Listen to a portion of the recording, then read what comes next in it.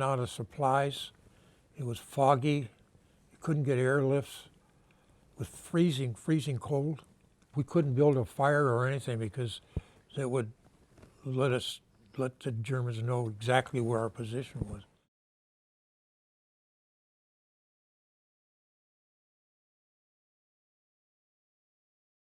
Hey guys, let me introduce you to Ed Creamer. He is a World War II veteran. How old are you, Ed? 92, 93 in May.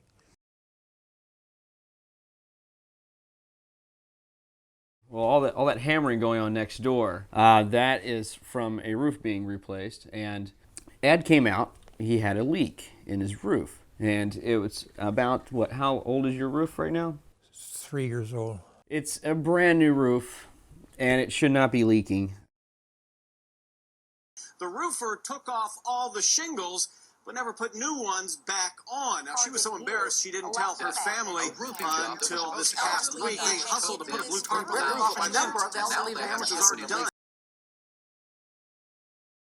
Who are these guys that put it on? Workers that were doing some painting down the street on a neighbor's house.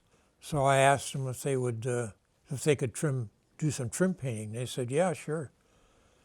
So they were painting the trim, and then a big fascia board on the north side of my house had quite a bit of termite damage in it. So they said that the fascia board should be replaced. And I said, okay, replace it. But while they were up there, they said the roof was bad. And I says, oh, really? They said, yeah, he says, I can fix that for you. And I said, why, you do roofing? He said, oh yeah, I've done a lot of roofing. And I said, well, okay, fix the roof. You just trusted him. Yeah. Mm.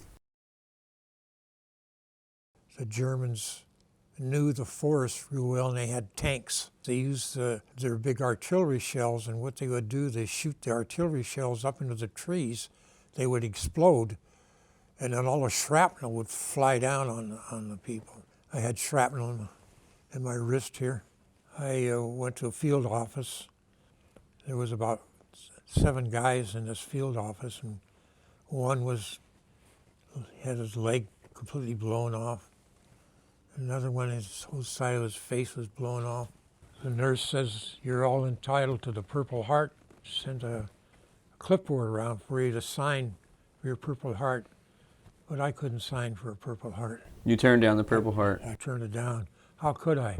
These guys got these major wounds, and I got a shrapnel wound in my hand that took a few stitches. And it's not fair. It's not fair to the Purple Heart to honor something as simple as that.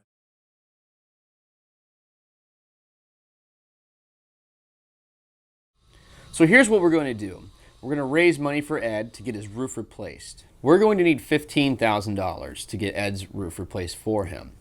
Anything raised over top of that is going to go to the American Legion. Essentially, we need 3,000 people to donate $5 each. When I first learned about what happened here, it really disturbed me, and I feel like something just needs to be done.